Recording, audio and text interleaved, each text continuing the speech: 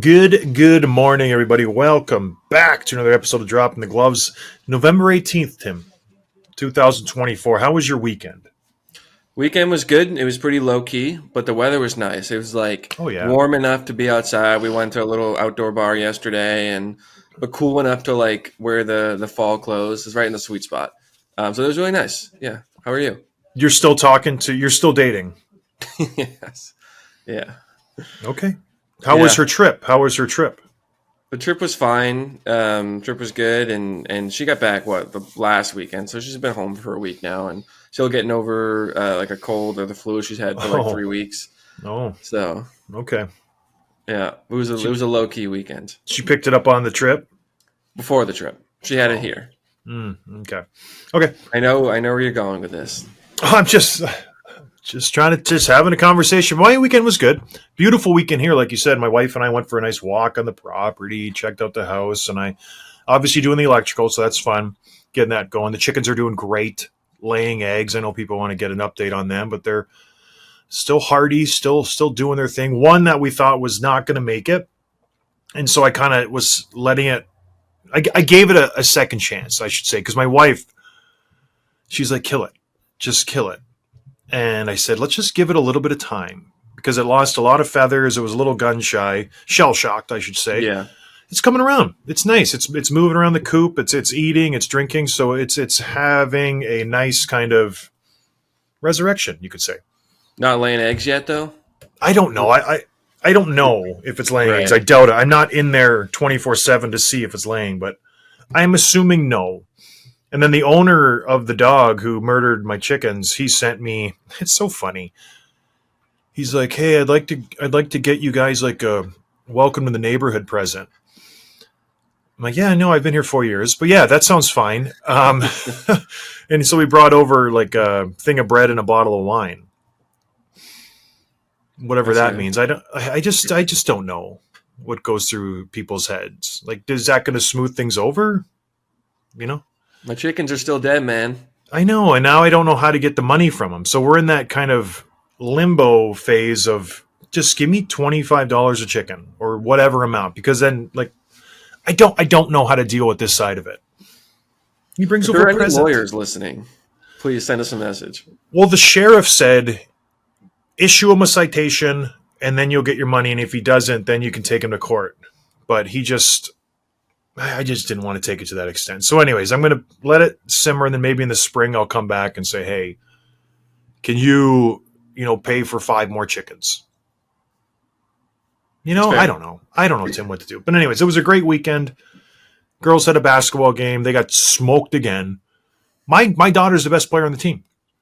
She got like a million rebounds. Her only problem is she doesn't know how to dribble. So she gets a rebound and then just starts running up the court and bouncing the ball like her head high, and then the other team just steals it. But it's so funny. So the league is from 9 to 11. And Gabriella, my second oldest, she's 10. So she still has one more year to go. She is at least 6 inches taller than the next closest girl. And she dominates on the boards. And she's got that dog in her. And I'm trying to bring it out even more. I'm like, she doesn't jump yet, but she goes up and she gets it, and people try to take it from her. And she's throwing elbows to him, and she's taking it down and coming to the ground. It's nice to see. My wife was giving her some tips because she played some high school ball, but it's good to see. And then my twins play too, and they're only 8, so it's a 9 and 11. They're just running around like Tasmanian devils and just like excited the whole time. So it's I fun think to the twins watch. are going to end up being the best athletes based on Mhm. the little time that I've spent with your family. They seem like they've got that energy. They're absolutely balls of muscle. And for those of you who have kids, hopefully you know this, because a lot of kids out there are just like fat these days. Have you noticed that? This is an epidemic in this country. I don't want to get into it. My girls are just like ripped, and I don't know how they got it, but I'll be tickling them or something, or we'll be playing, and I like tickle their stomach, and they tense up, just cut like absolute rock. I'm like, holy cow, you guys are jacked. Not all of them. Like some of them are doughy. Twins are like muscle balls. What? Good for them. Good for them. Hopefully they turn into long professional athletic careers like you did, like I their don't think daddy. so. I don't want them to go that route. But if they want to, then let them go for it. We'll see how it goes. How's your abs doing, Tim? In progress. Thanks for Here, stand asking. up. Let me see real quick. Nope. Nope. You Does got to sign up for the Julia Patreon for that. Ooh. Isn't that something else? That's OnlyFans. That's another off sect of our revenue stream. That's only Tim though. This So has been yeah, a weird episode already. look out for that coming in the new year. All right, everybody, let's get to the hockey stuff. There was some big news coming on this weekend. We had some big games, fun weekend of hockey, and my Bills won. We didn't even touch on that. The Buffalo Bills just dominated the Kansas City Chiefs. That was a lot of fun. I'm in Michigan, so I hear the Lions talk. I'm already gearing up for a Super Bowl of the Detroit Lions and the Buffalo Bills. It's going to be epic. But anyways, back to That'd be hockey. great. Hockey Night Canada. Biggest night in hockey. Center stage. Arguably the two biggest teams in Canada. Maybe Montreal might stick their nose in there once in a while, but it's Toronto and Edmonton. The biggest superstar on the planet, Connor McDavid. The highest revenue team on the planet playing hockey. Toronto Maple Leafs squared off in Hockey Night in Canada. And there was a big play. Ryan Reeves, friend of the show, Revo, took a healthy run. And when I say healthy, I mean healthy run at Darnell Nurse, the $9.5 million star defenseman of the Edmonton Oilers. That's what it should be, star defenseman, but you do have to take out the star because he's not their star. $9.5 million defenseman from the Edmonton Oilers and absolutely trucked him. Buried him. Like, did not miss him, did not glance him. He nailed him, Tim, and he got all of his head. Revo came in from the neutral zone. Darnell Nurse was rounding the net, and Revo just let him have it. Darnell Nurse goes down, bangs his head off the ice. Blood, the optics of it, terrible for Ryan Reeves. Absolutely awful. Darnell Nurse hits the ice, hand immediately to the face, visor up over his eyes, in La La Land, lays there for a little bit, gets up, gushing blood on the nice white jersey. Just could not have been painted a worse picture for Ryan Reeves. Great response by the Edmonton Oilers. When you see one of your better defensemen get trucked like that, this is what I'd love to see out of a team that just is cohesive, that has Stanley Cup written all over him. Nobody goes to the guy who hit the guy. They just left him alone. Love that sticking up for your teammate part. Obviously, I'm being sarcastic. That part, we'll just leave it alone there. That was a strange reaction. And I know the star players were out there, but come on. Give him a little bump. You know what I mean? Back to the hit. He got 5 games. The dust has already been settled. We're late to the party because I don't want to work on the weekend. What did you think of the hit, Tim? It's obviously dirty, right? Yeah, dirty hit, predatory, whatever label you want to give it. There's a picture. Steve Dangle reposted it on Twitter or X, where it's a freeze frame of it, and you see Reeves' shoulder, and you see like the top of Darnell Nurse's body, and then his head is like off to the side. It looks like it was photoshopped. And like his head shouldn't be that far back to the right, but it was. So yeah, brutal hit. Obviously, snapped his neck back, and we don't know the long-term injury result out of this, but I think it was 5-game minimum.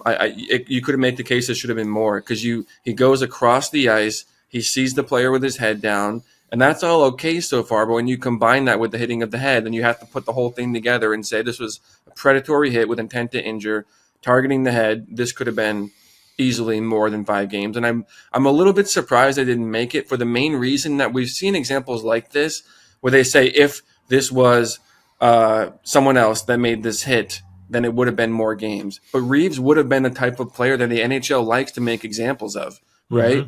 Because the league doesn't miss him if he's not in the lineup. And they can say, well, if Marner had made a hit on someone, we don't want to throw the book at him because he makes his money. Reeves, they would love to make an example out of Reeves. So I'm a little bit surprised they didn't. But at least 5 games, I think, is the right move.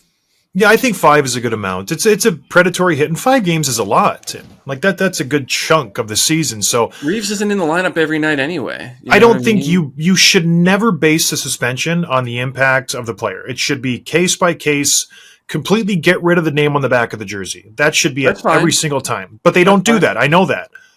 Based on the hit, you base it on their prior history. He's been suspended before. That was a dirty hit. 5 games. I think that's fine. I don't think you go more than that. Maybe, I think 5 is a good amount. That's why my 7 game. I hate bringing it back to me. My 7-game suspension when I hit Louis Eriksson, first time offender. I had never been fined. I had never been suspended, and he gives me 7 games. Brendan Shanahan is the biggest clown ever. But anyways, on to this hit. There's a lot of nuances to this hit that I think we should bring up, and I don't want to act like we're victim blaming here, but there are a lot of things to go through. First of all, the Edmonton Oilers just scored to make it 2-1. So they were charging back into the game. Center dot faceoff. Toronto puts out their fourth line. What do you think the fourth line is going to do after you score to make it 2-1, Edmonton Oilers? They're going to try to A, fight you, or B, look for a big hit to gain the momentum back and to just start getting some good feelings going back with the Toronto Maple Leafs. You have to know that's going to happen. So if I'm the Edmonton Oilers and I see who's on the ice, like, okay, all right, I'm going to get the puck. I'm going to chip it out. I'm going to throw it in their end. I'm not going to give them the opportunity to bury me. I repeat, I do not lazily pick the puck up behind my net after they dump it in and just skate around the net without a care in the world, with my head down. Not a smart move if I'm Darnell Nurse. And I'm not blaming him because all the onus is on Ryan Reeves. He has to be in control of his body. He's initiating contact. I get that. But there is an epidemic in this league, and we see it all the time with Jacob Trouba. There's very few guys who know how to hit. But the guys who know how to hit are having a field day because the amount of people who skate with their head down, the amount of people who aren't protecting themselves. Jacob Trouba buried Justin Barron about a month ago. Barron had his head down from his zone to the offensive blue line. We watched it. He did not pick his head up once. And the same thing goes for Darnell Nurse right here. He picks the puck up on one side of the ice behind the net. He goes around the net and his head is still absolutely down. Not a care in the world. What do you think is going to happen? And the fact that he even skated by the net, Tim, makes it even worse. Stop behind the net. Yeah, it's interesting that you bring up Trouba because one of the reasons that he inflames people so much, and I feel like even though this is probably dirtier than many of the recent hits Trouba's thrown, it hasn't been quite the same reaction. And I think the reason is because Trouba is always with his elbow. It's like, and Reeves, for all the dirtiness of it, he led with the shoulder. And so, like, still targeting the head, but it doesn't look quite as egregious as some of Trouba's hits do, where I feel like that elicits a bigger response. And even, like, the non-hockey world of social media will come in and talk about some of those hits that go viral. So, yeah, that's one, factor I thought about during this. And then the other, of course, is, yeah, he did not have his head up whatsoever. And it's strange, like, even the – I don't want to blame this on anyone, but the other night we talked about the hit that Carlo took from behind from Jimmy Benn. Mm-hmm. Hit from behind, straight up on the numbers, Ben's responsible. But Carlo, with a guy on his back, stopped about 2-3 feet from the boards and bent over.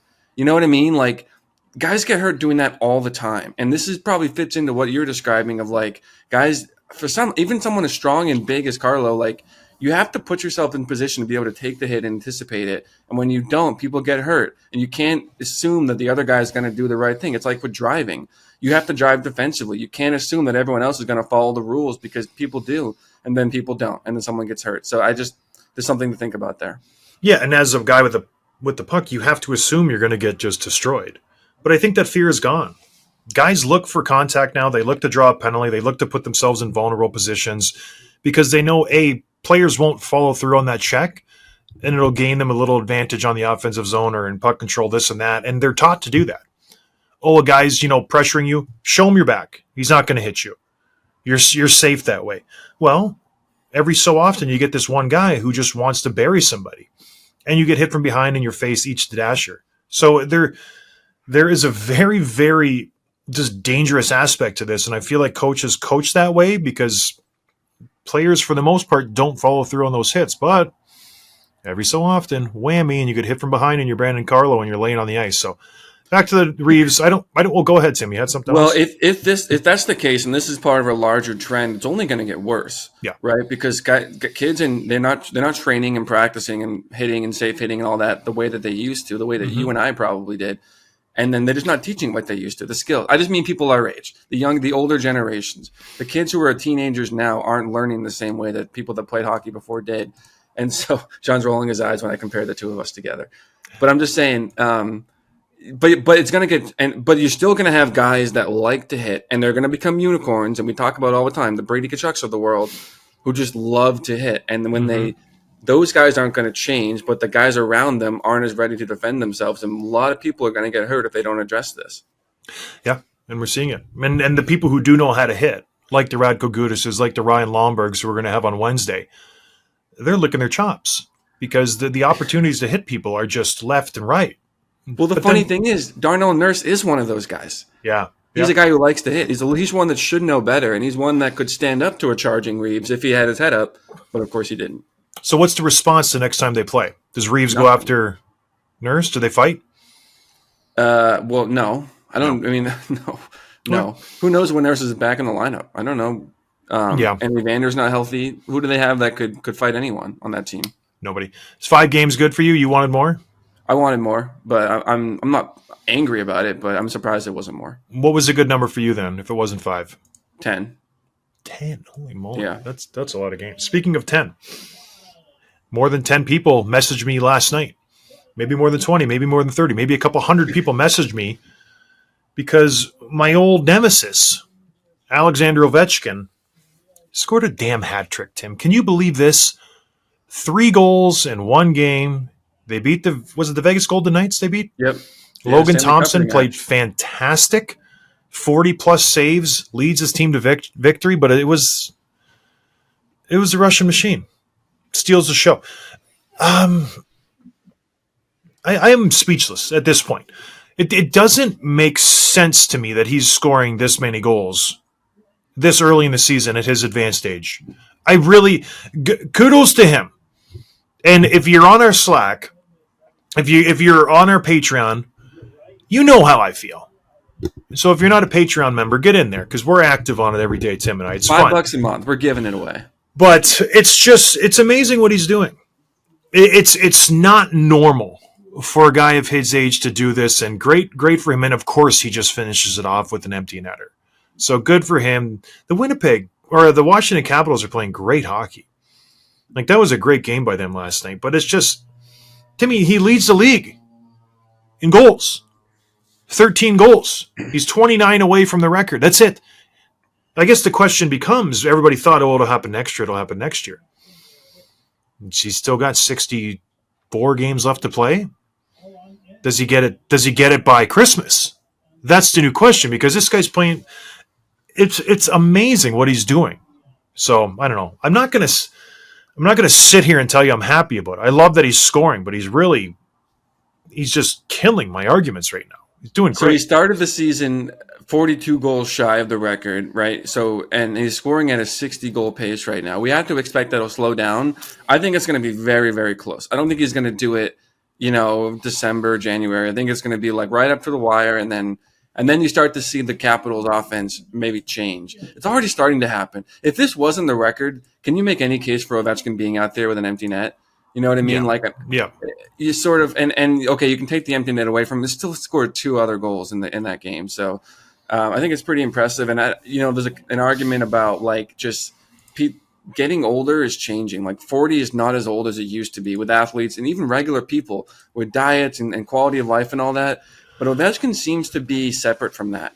He just seems to be, if you assume the best, he's just a genetic freak that has a certain longevity that doesn't matter that he eats Cheetos and all that stuff that he drinks and whatever. He can just stay young and healthy. He's been really strong since he was a rookie, and he's been staying fast, and he's got that nose for the net that doesn't go away. So I feel like he's just a anomaly of a specimen. So I think it's going to continue, and I think he does it this year.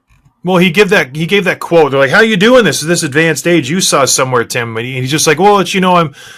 And he gave a tongue-in-cheek answer. It was like, "Oh, it's my diet, it's my preparation, and then other things." Wink, so, wink. Yeah. Wink, wink. So, what the hell does that mean?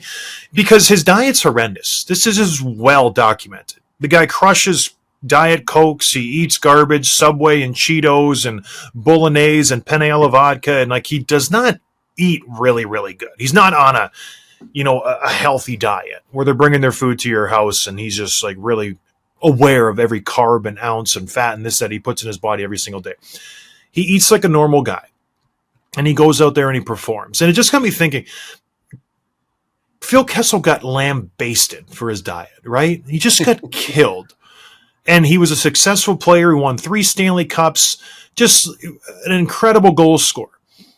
why does nobody get on Ovechkin about this? It's the same type of thing, and Phil was just killed, ripped apart in the press in Toronto. Oh, hot dog boy, Phil doesn't take, taking care of his body seriously. He's not, all in on the Toronto Maple Leafs. He needs to, treat himself better. Whereas Ovi's putting up pictures of eating Subway and Cheetos before a game, for Pete's sake. But everyone's like, oh, it's Russian machine. He's just a physical freak. I don't know. Poor Phil just got the brunt of it.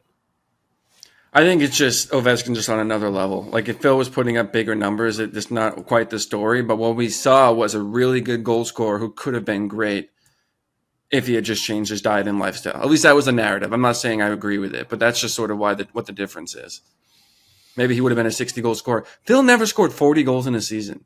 Isn't that a crazy stat? Like, not once did he score 40 goals in a regular season. That is actually pretty strange. I would have thought he put up at least 45, but yeah, never. He had like 38 or 39 one year, or multiple years, but yeah, never 40. But no, Ovechkin, he'll break the record. He's 26 away. He's 39, going to be 40 years old, and he's the leading goal scorer in the NHL. I'll let you put two and two together. Doesn't make sense to me. All right, moving on. Cool little stat on that, too. Dylan Strome assisted on all 11 of the goals so far, going into the first 11 last night. So pretty special. And the last time that's happened was Backstrom in like 8 or 9 years ago. So really cool, resurgence of a guy that was passed on by multiple teams, and now he's playing really well. Another genius move by the Chicago Blackhawks. Let that guy go for free. Absolutely nothing. Oh, we might qualify you. Take a song. It would probably they get him for $1 million. Nah, never mind. You can go. I'm good. Go be a UFA and sign with whoever you want. Oh, now he's like one of the best players in the league. Just putting up points, buckets full of points. He would look pretty good with Bedard right now.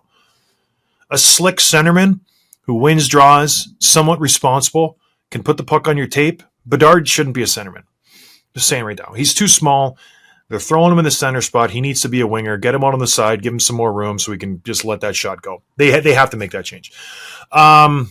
Moving on. We got to talk about him. It's time. Martin Nachos. He is. He's finally there. This summer, he wanted to be paid like a superstar. He wanted out of Carolina. He wasn't being respected. Get me out of this place where someone knows my worth. Well, Carolina said, no, you're staying. So they came to an agreement. They signed him, gave him a little raise. Well, now, Tim, he is motivated. He's playing fantastic hockey. Don't look now. The kid's top 5 in scoring. He's playing fantastic. Is it time to start talking about him as a legit star? Some people call him the Walmart Connor McDavid. He's just that good. What are your thoughts on Martin Necas? This is a guy that I'm really excited about. Is one of my bold predictions was him scoring 40 goals, which was a bold prediction. He's a 13-game point streak right now. He's up to 30 points in 17 games. That's putting him up with like McKinnon type like caliber right there, which is just Kucherov. His career high in points is 71, which is a few years ago. Last year he had 53. He's on pace for 145. Obviously, he's not going to do that, I don't think, but he could clear 100 this year. And he's been a huge part of Carolina's offense. And we talked a lot about him in the last couple of years, especially going back to this past summer, because he wanted more. He wanted the big responsibility. And you kind of pointed out that he had that opportunity and lost it to Seth Jarvis, that first line right winger, which Svechnikov and Aho. I know they jumbled the lines a little bit, but that's the top line. And now Necas has taken it. He's like, I'm the best scorer on this team. He leads the team in goals and assists. Like he's doing everything right now. I think he has 30 points. The next guy is 16 in Aho and Svechnikov. Like he's almost lapping the competition. So it's really cool to see. I just like when players bet on themselves and when they advocate for themselves and they prove everyone right, prove themselves right. So it's good to see. And he's been a huge part of a Carolina team that's 13-4 in the season. Another team that I think we probably need to start paying more attention to. Well, I don't think we need to. This is what they do every single season. But as a Hurricanes fan or a GM, I think this is nice because you were worried. You lose Jake Gensel. You obviously wanted to retain him. That didn't happen. He went south to Tampa Bay. So who's going to step up in that huge void? It's this guy. And he's running with it. Seth Jarvis is out right now. And he's just filling in admirably. He's playing fantastic. Not even admirably. He was better than him from the start of the season. He's the best player on the team. Like he has stepped his game up immensely. He could be. And we're not going to put the label on him just yet of a superstar. We're not going to put the label on, okay, he is the guy who's going to make the Carolina Hurricanes that threat in the playoffs, because if my history is correct, he's been on the team and he's played in the playoffs and he's been there when they needed the guy to step up, and he has not done that. So I need him to do it when it's crucial. Yeah, it's fun to score 4 points in November a game. It's fun to, be top 5 in November in scoring. Let's talk in the playoffs when the games actually matter. And every time we go into the playoffs, the Carolina Hurricanes are either first or second seed in the East, and they always flame out in the second round. So we need to do it when it matters. So it was great. A lot of fun. He's putting up points. Good for him. He bet on himself, like you said. It's a great story. I didn't think he had it in him. I didn't think he had a 100-point season in him. But he's first rounder from 2017, and he's still improving. It's pretty good. It's a pretty good story, pretty good trajectory. So good for the Carolina Hurricanes. They desperately need this if they have any chance of winning a Stanley Cup, and that's what it's all about for them. And then Freddie Anderson. What else is going on with him in Carolina, Tim? Freddie Anderson. Well, I mentioned the 13-4, and a huge part of that was Freddie Anderson, who's been very, very good when he's been healthy. Basically, is the story of his career. But Peter Xhekaj has been really good. He started 11 of their games so far, 11 of their 17, and he's been really good too. So they're getting consistent goaltending. Obviously, they're getting production from Martin Necas, but they also have Aho and Svechnikov putting up great points. Shane Gostisbehere, stop me if you've heard this before, is just producing a ton of points in the right opportunity. I think he's taking power play 1 away from Hamilton. Not Hamilton's not there anymore. So he's taking power play 1. So, yeah, it's cool to see what he did doing. Technically take it away from him, because I think Dougie left, in 2018? So, yeah. Yeah, that was a slip. But, yeah, it's just cool to see. And I don't know. I just hope that this is, what takes them to the next level. Because I don't know that, is Martin Necas sort of the let me shoulder the load type thing? Or is it just he can just produce in the regular season? And he had 9 points in 11 playoff games last year. He was, still pretty good. But this is a team that's it's hard to get too excited about until they start winning 3+ playoff rounds. Yeah, no, I just said that. I think until they prove it in the playoffs. Imagine if Detroit had Gostisbehere and Jake Wallman. How much better they would be. Put him with Edvinsson and Mo Seider. That's a pretty good top 4. Nice job, Stevie Eiserman. All right, moving on. There was a pretty decent heavyweight tilt. And I don't say that very often. Usually when there's a heavyweight fight, it's a lot of show, not a lot of go. A la, Logan Paul and Mike Tyson. Ugh, garbage fight. Just like a complete train wreck. You're beating up an elderly man. Everybody was so excited for Mike Tyson because he posted training videos, and I know everybody wants that kid to just get his ears boxed in. I didn't watch any of the fight. Apparently, it was just really sad to watch. Tyson gassed out early, and it was just him beating up an old man for 10 rounds. But anyways, heavyweight fight. Mathieu Olivier and Xhekaj fought in Montreal. Columbus, Montreal. Primetime game. 2 of the worst teams in the league go at it, and these guys actually made it worthwhile watching. Great fight. Let me preface it. It was a good fight. It was a lot of throwing, a lot of action.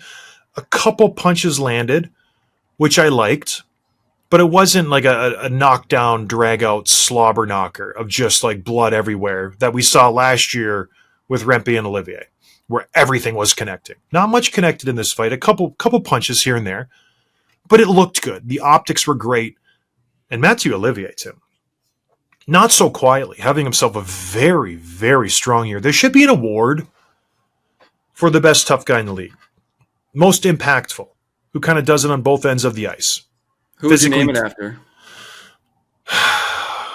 It would have to be Probert, right? Sure. Guy made the All-Star game. I think he put up 30-plus goals.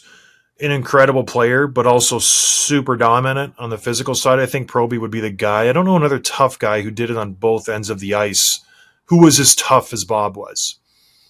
So maybe the Bob Probert Award. Mathieu Olivier, I know it's early, but he's got 5 goals, tied his career high. He's got a bunch of fights under his, well, not a bunch, but a couple fights under his belt. And he's done well. And he's playing not a lot of minutes, but a decent amount of minutes for the Columbus Blue Jackets, getting an opportunity. He's having himself a good year. But back to this fight. What he does well, and Tim, you don't fight. You're one of those pacifists. I get it. You use your words. Adults, yeah. Adults. You're adulting. Mathieu Olivier, and this is where I really struggle to fight guys like this because he counters so incredibly well. And this is what makes it. He's smaller. He's 6'1". He's a truck. He weighs 230 pounds.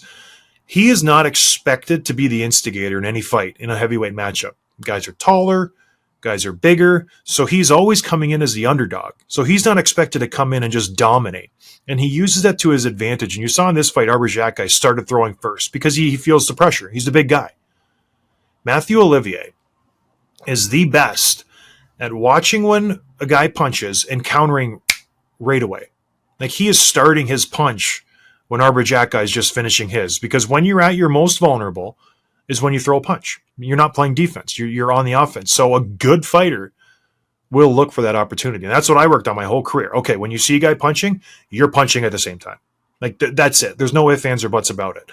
And Olivier does that. And it's such an advantage being a smaller guy because you can just sit back, wait for the guy to throw a punch. You don't have to win the fight. You're smaller. You're going to win just based on size alone. If he doesn't throw a punch and I don't throw a punch, I win the fight because I'm smaller. Xhekaj's expected to win. So he waits for Xhekaj to throw a punch and he comes on Main Street and he just buries him. And it was a great fight. He didn't beat him up by any means, but he won the fight on the scorecard. So he's a great fighter, Tim, and he's a great player. He's got 5 goals, 2 assists. I should have picked him for my preseason bold predictions. Matt Rempe, it's not going well for the kid. He's in the AHL, playing center, playing a lot of minutes, but just getting He scored over up. the weekend. Yeah, that's good. But boy, oh boy, he needs to do a lot of work. Maybe friend of the show, George LaRock, ruined him. Maybe he shouldn't have worked with them because all of a sudden, all the lights and cameras and actually he went to the prospects thing for all the young kids to do the pictures and this and that. When they do it in New York, they bring all the star players in and all the young prospects. That's the right, Carlsons, the Fantilli, the Bedards, and then there's Rempe. The guy's in the AHL right now. So not working out. But anyway, back to Olivier. He should win the award, the Bob Probert Award. This year so far. It's early. He's making impacts all over the ice. I love it. Well, that bold prediction you alluded to was over the summer. You said Matt Rempe could be the guy that gets 10 fights, 10 goals, 10 assists. And Olivier could do that this year. Yeah. He's got 5 goals. I think the 5 goals might be the hardest one to do. You know, he's got 2 assists. Maybe he gets a few more of those. He can get 10 fights if he wants to. He can basically pick and choose. And this makes me ask the question, and you kind of said this already with the Probert Award thing, but like while you were talking, I was wondering, do you think he's the most skilled hockey player of all the guys right now, all the heavies? Is that the answer? Oh boy, I guess you'd have to lump in. It's Delorier, it's McDermott, it's Reeves, it's Johnson. Yeah, I think so. When you look at his stats, his last year in Sherbrooke, he put up 27 goals, 22 assists, 49 points. That's a pretty good season. 27 goals. So yeah, you would think he has to be at the top of the heap. But Matthew, I think he is a Nick Delorier. Those two guys are so similar. I don't know what Nicky put up in the queue, but Nicky's a good player too. I would say those two guys right now are at the top of the heap. If there was an award, and maybe there will be one day, they would be the two who I would try to vote for if I had a vote. So, but he's playing great. Good for him. 6'1", 230. How much do you weigh? I haven't done it in a while. Probably like 210. And you're 6'4"? 6'3". 6'3"? Man, it's 20 pounds more than you. 3 inches shorter, 2 inches shorter. Crazy stuff. All right, moving on. Let's get some quick hits, Tim, and get out of here. Yeah, Tristan Jarry returned on Friday night, I believe. Nice. From his conditioning stint in the AHL, he allowed 5 goals against Columbus. He did allow or face more than 40 shots, sort of in his defense, but not a great start. He's just not an NHL goalie right now. So we'll see what comes out of that. Listen, the Pittsburgh Penguins are awful. They are a terrible hockey team. There's no ifs, ands, or buts about it. If there was a tournament of all 32 teams, they would come last place. There's no chance they could beat the San Jose Sharks, the Anaheim Ducks, the Chicago Blackhawks, the Columbus Blue Jackets. They're in a tailspin. They can't win hockey games. They're an atrocious hockey team. Every facet of the game, they're awful. They are the worst franchise in hockey right now, top to bottom. Not a chance. And poor Sidney Crosby, he just must be rolling over in his grave. Terrible, terrible hockey. Terrible hockey coming out of Pittsburgh right now. Braden McNabb signed with Vegas, 3-year extension at 3.365. I think that's a great number for both team and player. You don't think that's high? Gross. He's good. Did you hear that? Yes. My body reacted to that contract. It just spontaneously let a rip because that's what I think of that contract. Because it's a good number for Braden McNabb. He turns 34 this year. And you're going to pay him that much money? It seems like a lot of money for a guy who's going to get. I know he's a stay-at-home defenseman, and that's great, but boy, you couldn't get him for 2.5. Every dollar counts these days. That's a lot of cheese for Braden McNabb. He's obviously very important to them. So, the last one here. This one's a bit of a head scratcher. Taylor Hall was healthy scratched over the weekend in Chicago. He has 2 goals, 6 points on the season. He's -5. Obviously, not a great start at all, especially considering. If there are a couple of offensive-minded pieces on that roster, he's one of them. He's played most of his minutes on one of 2 different line combinations, always with Bertuzzi, then either Foligno or Kurashev are centering. So Hall hasn't played really with Bedard very much at all, but there was a report from Dreger who said Hall is someone who has a lot of personal pride, isn't going to take this lightly. I don't think he was implying that he was upset or anything. I think Hall is most frustrated with himself, but I wonder if we could see a situation where he gets moved and traded. And this is what makes this a little head scratching is you're trying to move the guy and you're healthy scratching him. His value is going to plummet. But I think this is Luke Richardson realizing his job is on the line. Last year they were not expected to win and they were bad and they went out and they played okay. They tried hard. This year you bring in Bertuzzi, Taylor Hall's healthy, you bring in Teuvo Teravainen, Makiev, all these guys, you shore up the back end.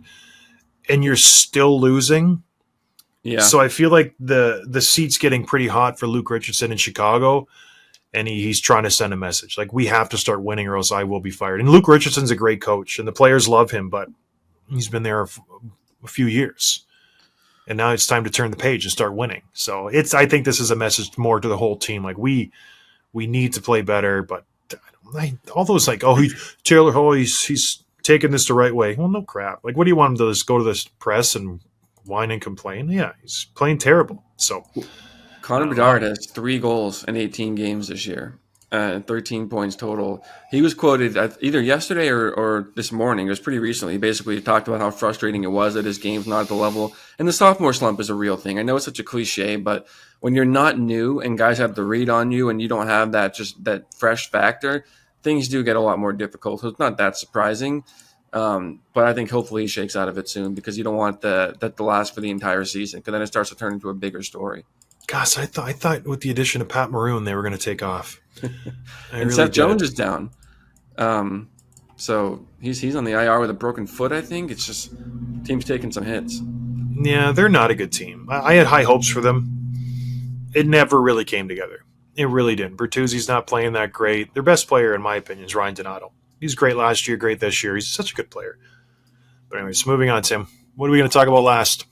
That's it. That's all we got. We have Ryan Lomberg joining the show on Wednesday, which will be really exciting. Obviously won the Cup. He's a fighter. He's a scrapper. He's in Calgary now, so I'm looking forward to talking to him because usually those ones are the best interviews.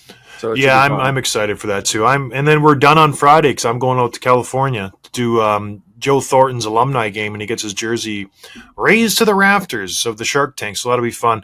The list of the players that are in this game, it's a solid list. I went through it and I was like, holy moly, how am I even on this list? Because they sent out, they're doing like a teal carpet, Tim, where the players get announced and you come in waves. Like they come in at 3 o'clock and this is o'clock. So listen to the players that are coming. Let me get it right here. So there's a wave. Mike Brown, Scott Parker. Okay. Jason Demers, Alexei Semenov, Tommy Wingos. Okay. Then it gets a little more impressive. Michael Haley, Scott Hannon, James Shepard, Alex Stalock. More recent players. Then you have Craig Rivet, TJ Gallardi, Mark Bell. Okay. Then it's Rafi Torres, myself, and Brian Boucher. Okay. Then it picks up a notch. Kyle McLaren, Scott Thornton. Okay. Mike Ricci, Evgeny Nabokov, Owen Nolan, Devin Setaguchi, Rob Blake, Dan Boyle, Jonathan Chichu, Danny Heatley, Joe Pavelski, Patty Marleau, Douglas Murray, Ryan Clough. Whoa. And then Jumbo and his family. Pretty heavy hitters there at the end. Like, that's a legit list. I'm excited. What a lineup. That team has had so many good players. Yeah, they were a lot of fun to watch. Nabokov was one of the last workhorses in the NHL who could just Mm. start 70 plus games no problem. He was special to watch. Yeah, so for everyone listening, send us a message on YouTube. Who should I pester to be on the show of that list? Because I'm going to be up in everyone's anus. Like I will get us some interviews. What? Nothing. But yeah, you should hopefully, like I said, walk around with a little clipboard, have a sign up sheet, and let them come to you. Well, I don't think that's going to happen. They're not going to come to me, but we're going to have to chase a little bit. But yeah, let us know who you want to get because it's always, I never know who people want us to interview. Like myself, I would just go after Scott Thornton and like that's my guy. Or Scott Parker, excuse me. So let me know. We'll see how it goes. But anyways, everybody, we'll talk to you on Wednesday. Ryan Lomberg. I hope everybody had a good weekend and you enjoyed the show. Cheers.